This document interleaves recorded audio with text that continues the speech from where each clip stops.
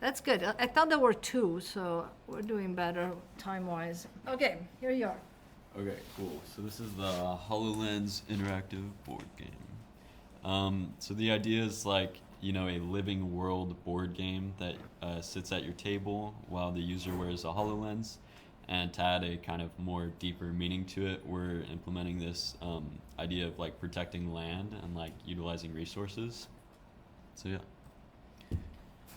So our inspiration is taken from the Adventure Time game, Land of Food, and we kind of thought that we would take it to different types of environments, and from those environments we pull resources, and so we have a forest, a glacier, farmland, beach, and each of those would kind of have resource cards that would lay out in front of the user, and they'd be able to like draw cards and kind of be interactive with What did you say at the beginning about the image card game? What did you say at the beginning?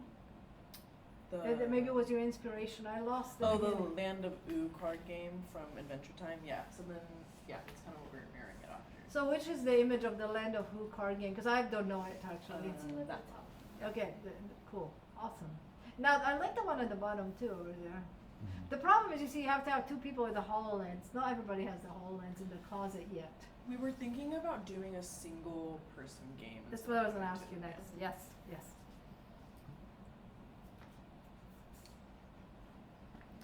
So the creative components are basically we would need like the physical resource cards that the person would see in front of them.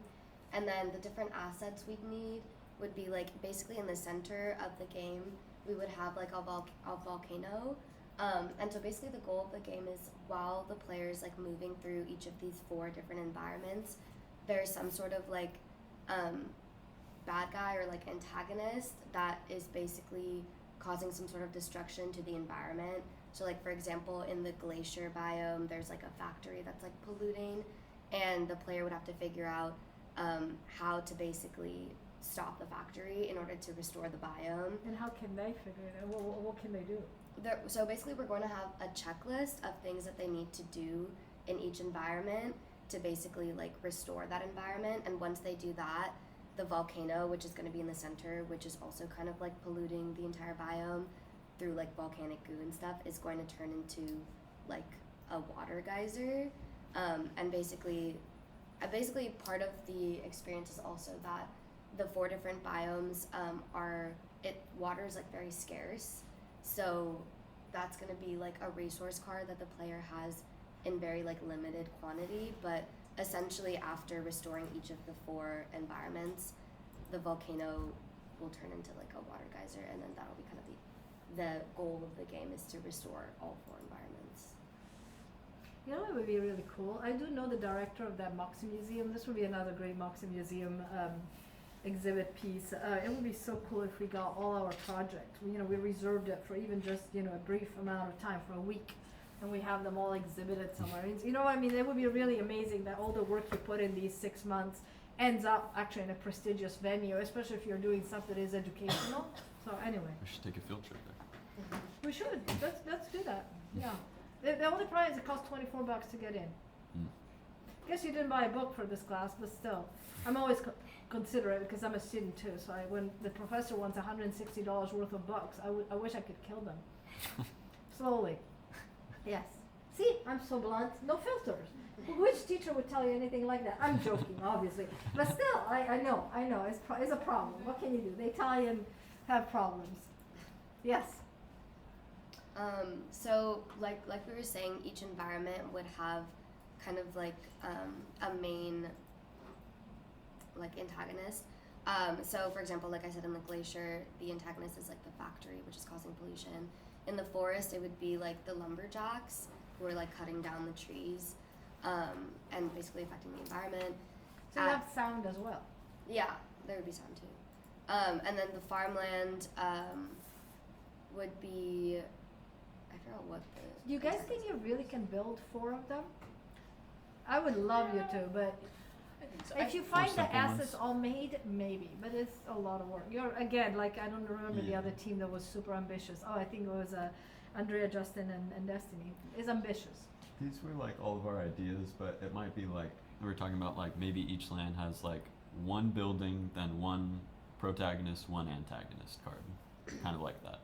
Just at first, always guys keep it simple. Yeah. You can MVP. always build up, but if it works simple, that's already, then you know you can build over it. I mean, the minimal viable product, keep it to like maybe do one biome and see how long it takes you to do it, and then you can budget the rest.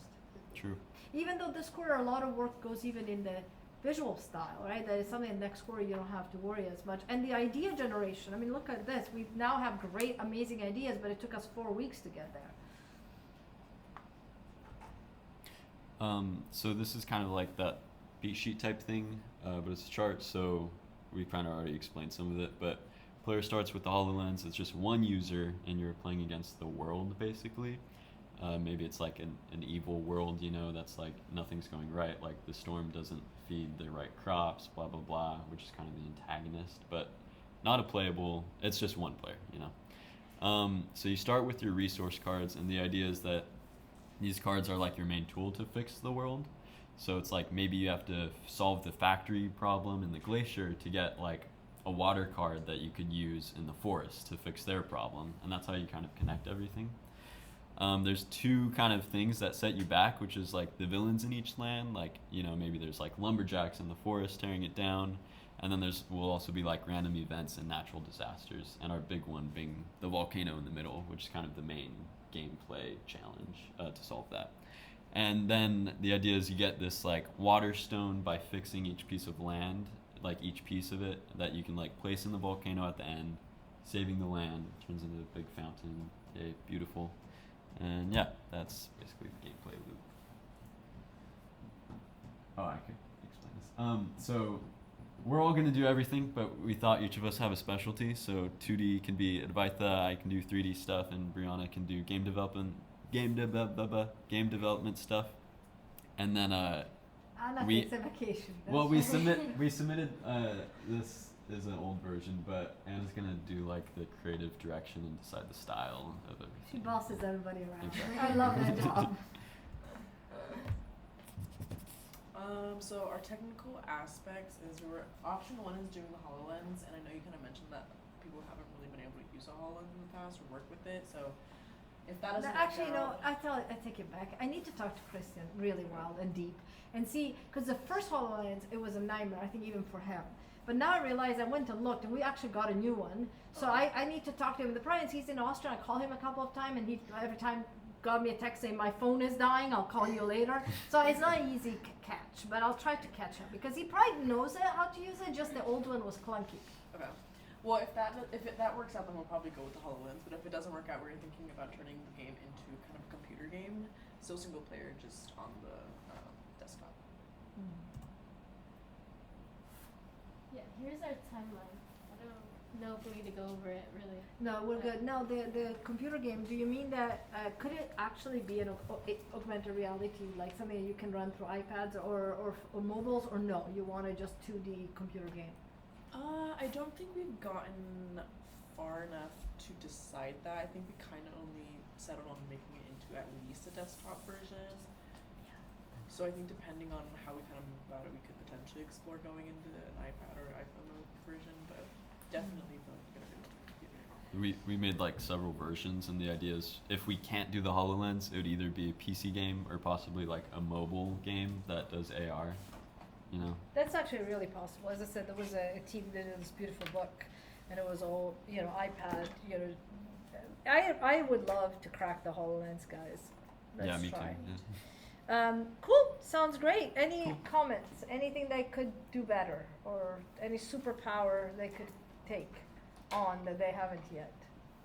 So what I would like you to do, Anna, and I know that you guys all, and I know you're bossing everybody around, but do some studying also on the how to make the visuals a little bit unique. That means when you guys show me the CGI Blender thing, how can we make it that is maybe a vector, when you render as a vector, so it looks very kind of like 3D but 2D at the same time? Or what if you include something that is almost like, I don't know if you do digital drawing, but I'm just thinking that would be For the really cards? cool.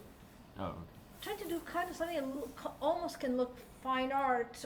I know I have the usual old CGI because it could be cool, but I was thinking, what if we try to aim for a completely different style? I think we were originally thinking lo-fi kind of style and doing it more. Cause this is pretty version. typical, right? You see a lot of CGI like this. Yeah. I'm thinking, you know, I mean, I kind of like this drawing better, to be honest. Yeah, no, Anna drew those. I'm just saying that it would be cool to try to say, okay, let's say I want to end up at the Moxie, and to select projects in there, you have to have something a bit unique. I like your theme, I like your idea, but what about doing some studies on the visuals so they're not, you know, totally like that or like that? What is in between? Sure. All right, Cool. awesome. Yes, Paul. Is the idea entirely virtual, or do you have like physical cards that you print? Wasn't that the very beginning idea? You having like a card that you put down and having I think I was confusing because I think the idea was always like a virtual set of cards, but that through the HoloLens you could kind of have in your view. So they are virtual cards, I guess, but like still like 2D, kind of like an image, I guess, you know. But I think Paul's point is valid. You remember when I No, talked it about could be how a rarely physical. you find this hybrid in which you have physical and real combined. So to have these kind of actually real cards that are like, we'll talk to Bridget on Monday. What Bridget did is she took these Post-its, so they're very recognizable, magenta, yellow, bright green, and put them on the board in a certain way. And then in her case, she took a picture and brought it into a game. In your case, the Post-it or the certain icons could actually trigger something augmented to Yeah. grow from it. My point is, it That could could be be also cool. fascinating. That's maybe another thing to study is, why do I have to have it all digital since it's a game? What if I kind of have tokens that That's true. become real? You can like sell, if it was like a real idea, you can sell like a deck of cards, but like there's no board and the board is virtual, but Yeah. the deck is real. Like think and about place Pokemon them. Go. What's cool of Pokemon Go? The You're AR. hunting for Yeah. something special, right? But I So always now think, we, like, special I always think to things. myself, you know, having the, like my kid loves this fairy tree, they call it. So there is something that we can do with augmented reality that points you to this tree in our neighborhood that is cool. that has all these little doors that you open, get little treasures out of it.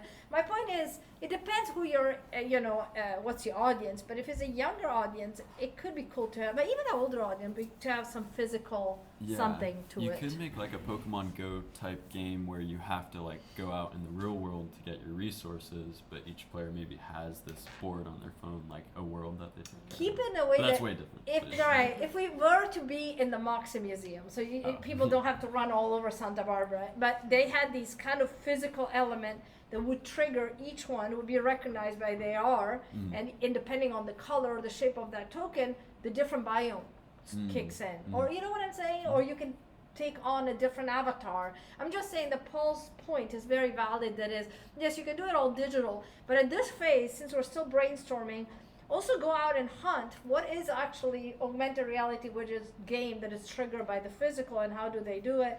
It come to my mind AR. I think it was in Germany, in Berlin. So there was an exhibit in which you would go and you would have this physical board, like almost like a chessboard, and it had all these figurines. And you would choose which figurine you would want to take, and they were like 3D printed little things, so nothing super costly or special.